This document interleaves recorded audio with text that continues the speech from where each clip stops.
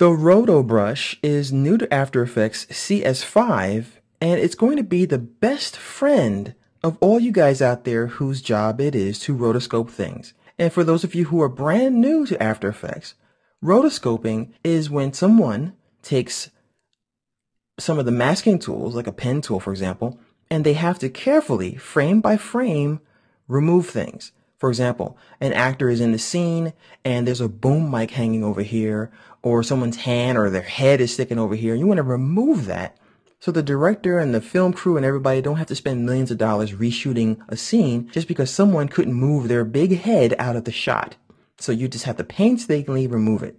Well, this tool here is going to really change how you work with After Effects. Now, even though it's pretty much automated, you still have to do a little bit of work on your end. And there's a couple of things to keep in mind. One, you have to be in a layer to use it.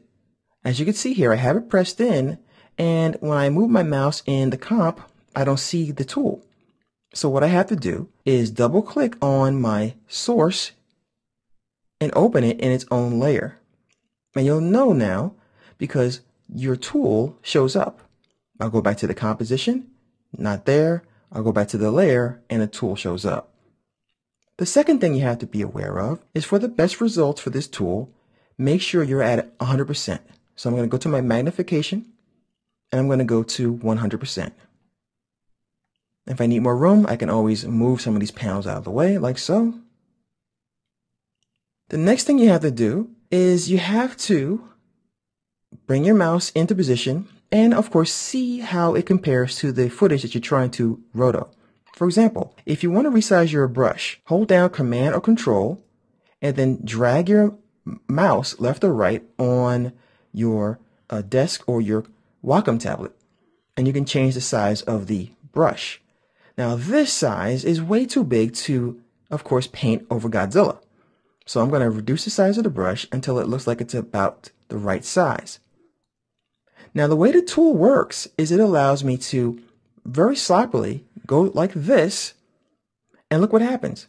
We get this purple outline that appears. This outline is the area that you would have normally painstakingly created with the pen tool, for example. But you'll notice that, as I mentioned before, it's not perfect.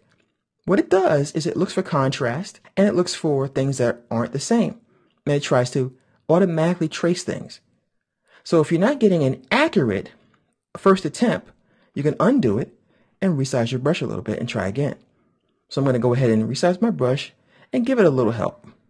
So I'll do something like this. And you notice that I don't have to be exact either. I can do something like this and let go. Now that's much better, but I still have to help it out some more.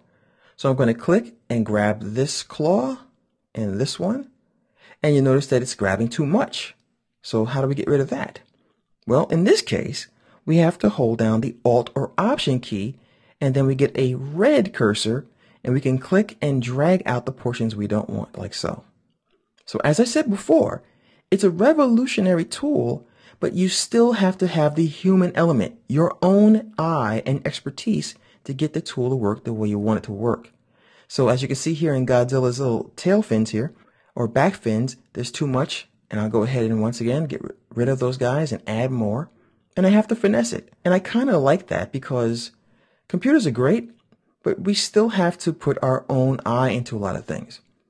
Okay, so I'm going to go ahead and just zoom in, or rather add a little bit more, and that looks pretty good to me. So what has happened so far? Well, let's go back to our comp. As you can see, that background is gone, and the areas that are covered in this color here, magenta, are the areas that have been masked out by this tool. So what I suggest you guys do is spend the quality time you need to get the best mask that you can so you'll have less work to do later on. Don't forget, always resize your brush if you need to so you can go ahead and really finesse it and get the result you want. Let's go ahead and continue talking about how to use this tool in the next part.